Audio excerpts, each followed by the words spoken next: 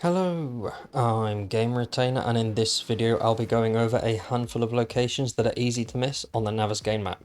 I made a video like this a while ago, but the latest update has changed the Navezgane map, so there are lots of new locations to explore, and some of the older ones have been shuffled about a bit. So let's take a look at some of the old ones and some of the new ones as well. This video is aimed at beginners, but all are welcome to watch. Now with that said, let's jump straight in. We're going to kick things off on a cliff top in the desert. This is one of the new ones, and I have featured it before, but it's worth a mention because it is still pretty easy to miss. This is Bandit's Revenge. There's not a lot here. It is a nice flat area, so if you do want to build something here, then go for it. You do get some nice views. There are roads up either side, but the roads are not particularly easy to navigate, and they are very easy to miss. For this next one, I'm going to open up the map and have Trader Joel as a little reference marker. But very close to the desert, you'll find two buildings right here that don't really look like much. And to be honest, they're not. If you're like me, then you may have driven past these quite a few times and not really thought too much of them because, well, they're just rubble. That said, this one here, the Pitfall Residence, has a really cool underground area. And it's not huge, it's not anything groundbreaking, but because of where it's located, between Trader Joel and the desert, it makes for a real good home away from home. Once you've got your badges, if you're looking for a place to hang out in the wasteland overnight, or you just want a little storage area away from your main base, this one is pretty good. Almost directly south of the previous entry, you'll find Atomic Burger.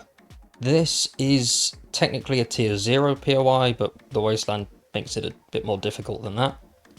This one is definitely not easy to miss because, well, it's a giant burger in the middle of the wasteland. That said, there are a couple of little features on this one that I did miss for a little while. The first being inside the burger. You can actually enter the burger, which is pretty cool. And there's a little ammo pile. Nothing special, but to my knowledge, it's the only time you've ever been able to enter a burger in 7 Days to Die. That's not the main reason why this one is on the list. If you make your way to this panel here and stand on it, then you'll fall through the floor and you'll end up underground. It's not anything huge down here, but it's pretty well fortified. If you make your way to the end, there's a little bit of loot, which is quite nice. And if you make your way up the ladders here, you will end up coming out on the roof. Nothing too special, but if you do want another little place to hide out in the wasteland, this is a pretty cool one. Up next is this location here. Located in the middle of the big canyon in the desert, you'll find this place. While it doesn't have an in-game name, I will put some coordinates on the screen so you can find it. I made a video about this one quite a while ago, and somebody in the comments kindly told me that this is most likely a reference to the Anzazi cliff dwellings. I believe that's how you say it, Anzazi, I don't know, but that one. It's a really cool place, it's a fun one to come and explore, and if you're pretty good at parkour, then there is a nice little secret up here. If you make your way to the top of the structure, towards the centre, you'll find this little tunnel here.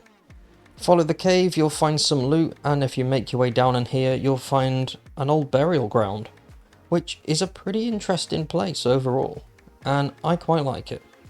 There's a little bit of loot here, which is quite nice. But there is another thing that's very easy to miss here, and that is if you go slightly underground here, there is a chest, and it is just a rotten chest. It doesn't have all that much in, but, you know, it's better than nothing. There are a couple of other hidden chests knocking about, including a hidden stash right underneath the floor here on this side. There aren't a whole lot of zombies here, but it's a pretty cool place to explore, and it's pretty easy to miss, especially if you are new. This next one takes us into the largest wasteland town and right next to Higashi Pharmaceutical. This one is not new to 7 Days to Die, but it's new to the Navezgane map. It is Navezgane Transit. I believe Glock 9 did a video on this quite a while ago, so you may have seen that. This one is unmarked. There aren't a lot of enemies inside, but it is pretty damn big. I have featured this in a few videos, and I'm just glad to see that it's made its way to Navezgane. As you can see, a lot could be done with this one. If you have a keen eye for building, then this one might be just right for you. It's easy to miss if you don't know it's there, because there's nothing to sort of point it out, no marker pops up, no nothing. There is a little bit of loot, but nothing too crazy. And there is also an alternative way out of this one as well, which brings you up and out and onto the main road. I'll show you the size of the underground structure from out of the bounds of the map. As you can see, it is pretty big. If you're going to be spending quite a lot of time in this city, then you might want to move in here. Next up, we're moving to the Pine Forest, and if you've played this game for a while, you know what's coming next. This is Hidden Hollow, and it is arguably one of the best hidden, yet widely known hidden areas in 7 Days to Die. If you've not been told about this one, then the chances of you knowing its existence are slim at best, because it's kind of in the middle of nowhere and it's pretty well hidden.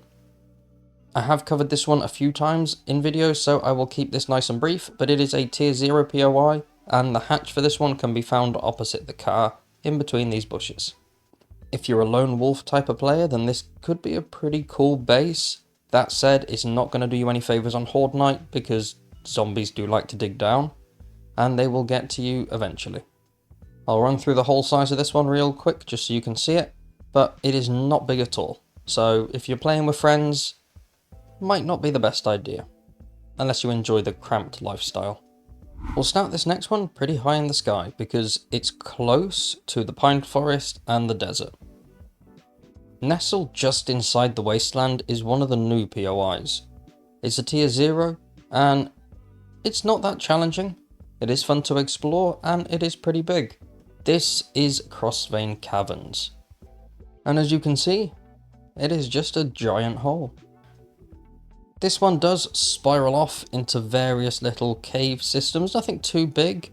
There is a generator down here, and as you can see, there's also a body. I'll show you the entire structure from out of the bounds of the map.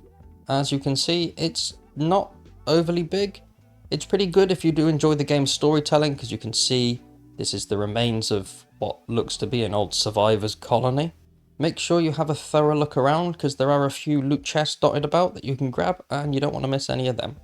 Up next is one I featured on a video a while ago, and since it's not actually changed locations on the Navezgane map, I'll just go over it real quick. This is the Asgard Residence, and it's a tier 2 POI that doesn't look particularly special. However, if you make your way underground, you'll see this.